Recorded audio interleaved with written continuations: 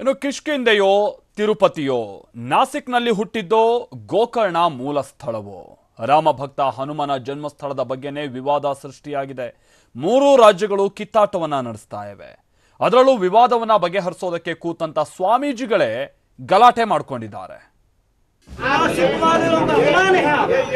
आप जगत गुरु जी से क्षमा मांगे, कांग्रेस वाले अपमान करे, माफी मांगे, माफी मांगे।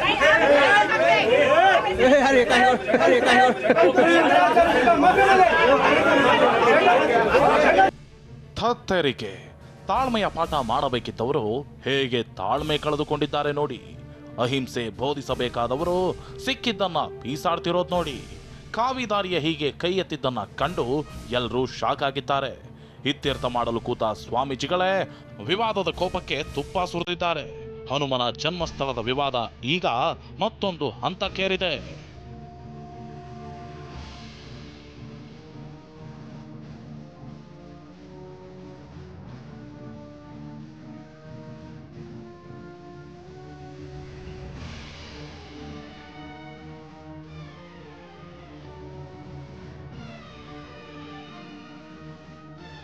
ಹೌದು, ರಾಮ ಭಕ್ತ ಹನುಮನ ಮೂಲ ಸ್ಥಳ ಯಾವುದು ಅನ್ನೋದು ವಿವಾದಕ್ಕೆ ತಿರುಗಿದೆ. ಯಾಕಂದ್ರೆ ವಿದ್ವಾಂಸರು, ಇತಿಹಾಸಕಾರರು ಹಾಗೂ ಭಕ್ತರೆಲ್ಲ ಕರ್ನಾಟಕದ ಕೊಪ್ಪಳ ಜಿಲ್ಲೆಯ ಅಂಜನಾದ್ರಿ ಬೆಟ್ಟದಲ್ಲಿರುವ ಕಿಷ್ಕಿಂಧೆಯನ್ನೇ ಹನುಮನ ಜನ್ಮಸ್ಥಳ ಎಂದು ಕರೀತಿದ್ದಾರೆ. ಕಿಷ್ಕಿಂಧೆ ಬಗ್ಗೆ ಪುರಾಣಗಳಲ್ಲೂ ಉಲ್ಲೇಖವಿದ್ದು ಅದನ್ನೇ ನಂಬಲಾಗಿದೆ. ಆದ್ರೀಗ ಆಂಧ್ರದ ಟಿಟಿಡಿ ಕಮಿಟಿಯವರು ತಿರುಪತಿ ಬೆಟ್ಟದಲ್ಲಿ ಹನುಮ ಹುಟ್ಟಿದ್ದು ಅನ್ನೋ ವಾದ ಮುಂದಿಟ್ಟಿದ್ದಾರೆ. ಜೊತೆಗೆ ನಾಸಿಕ್ನ ತ್ರಯಂಬಕೇಶ್ವರದಲ್ಲಿರುವ ಅಂಜನಾದ್ರಿ ಬೆಟ್ಟ ಹನುಮನ ಜನ್ಮಸ್ಥಳ ಅಂತ ಮಹಾರಾಷ್ಟ್ರದವರು ವಾದಿಸುತ್ತಿದ್ದಾರೆ. ಹೀಗಾಗಿ ಈ ವಿವಾದ ಬಗೆಹರಿಸಲು ಇವತ್ತು ಸ್ವಾಮೀಜಿಗಳೆಲ್ಲ ಸಭೆ ಸೇರಿದ್ರು. ಹನುಮನ ಮೂಲಸ್ಥಳ ವಿವಾದದ ಕುರಿತು ಚರ್ಚೆ. ಸ್ವಾಮೀಜಿಗಳ ನಡುವೆ ಗಲಾಟೆ, ಮುರಿದು ಬಿತ್ತು ಸಭೆ. ಹನುಮನ ಜನ್ಮಸ್ಥಳದ ವಿವಾದ ಪರಿಹರಿಸಲು ನಾಸಿಕ್ನಲ್ಲಿ ಧರ್ಮ ಸಂಸತ್ ಆಯೋಜಿಸಲಾಗಿತ್ತು. ಕೊಪ್ಪಳದ ಹನುಮ ಟ್ರಸ್ಟ್ ಮುಖ್ಯಸ್ಥ ಗೋವಿಂದನಂದ ಸರಸ್ವತಿ ಸ್ವಾಮೀಜಿ ಸೇರಿದಂತೆ ಅನೇಕರು ಪಾಲ್ಗೊಂಡಿದ್ದರು. ಮಧ್ಯಾಹ್ನ 12ರ ಹೊತ್ತಿಗೆ ಗಲಾಟೆಯಿಂದಲೇ ಸಭೆ ಆರಂಭವಾಯಿತು. ನಾಸಿಕ್ನವರು ಹನುಮ ಹುಟ್ಟಿದ್ದು ನಮ್ಮಲ್ಲೇ ಅಂತಂದ್ರೆ ಕಿಷ್ಕಿಂಧೆಯೇ ಹನುಮನ ಜನ್ಮಸ್ಥಳ ಅಂತ ಗೋವಿಂದನಂದ ಶ್ರೀಗಳು ವಾದ ಮುಂದಿಟ್ರು. ಈ ವೇಳೆ ಗೋವಿಂದನಂದ ಸ್ವಾಮೀಜಿಯ ಮೂಲವನ್ನ ನಾಸಿಕ್ನ ಕೆಲ ಸಂತರು ಪ್ರಶ್ನಿಸಿದರು. ಜಗದ್ಗುರು ಶಂಕರಾಚಾರ್ಯರಿಂದ ನಾನು ದೀಕ್ಷೆ ಪಡೆದೆ ಅಂತ ಸ್ವಾಮೀಜಿ ಹೇಳಿದರು.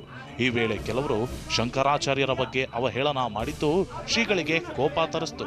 आप जगत गुरु जी से क्षमा मांगे, आप जगत गुरु जी से क्षमा मांगे, आप अपमान है, जगत गुरु शंकराचार्य जी से क्षमा मांगे। ಶಂಕರಾಚಾರ್ಯರ ವಿಷಯದಿಂದ ಸಭೆಯಲ್ಲಿ ಮಾತಿಗೆ ಮಾತು ಬೆಳೀತು.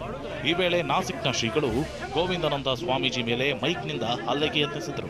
ಇದರಿಂದ ಕೊಪ್ಪಳದ ಸ್ವಾಮೀಜಿ ರೋಷದಿಂದ ಎದ್ದು ನಿಂತರು. जगत गुरु शंकराचार्य को कांग्रेस वाले अपमान करे, माफी मांगे, माफी मांगे।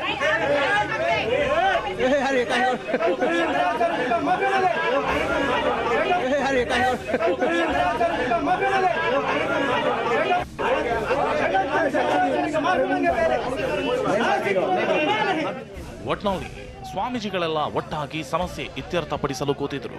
ಆದರೆ ಕಾವಿಧಾರಿಗಳೇ ತಾಳ್ಮೆ ಕಳೆದುಕೊಂಡಿದ್ದರಿಂದ ಸಭೆ ಅರ್ಧಕ್ಕೆ ಮುರಿದು ಬಿತ್ತು. ಹನುಮನ ವಿವಾದ ಮತ್ತಷ್ಟು ದೊಡ್ಡದಾಯಿತು. ಸಂಜಯ್, TV9, ಕಲಬುರಗಿ.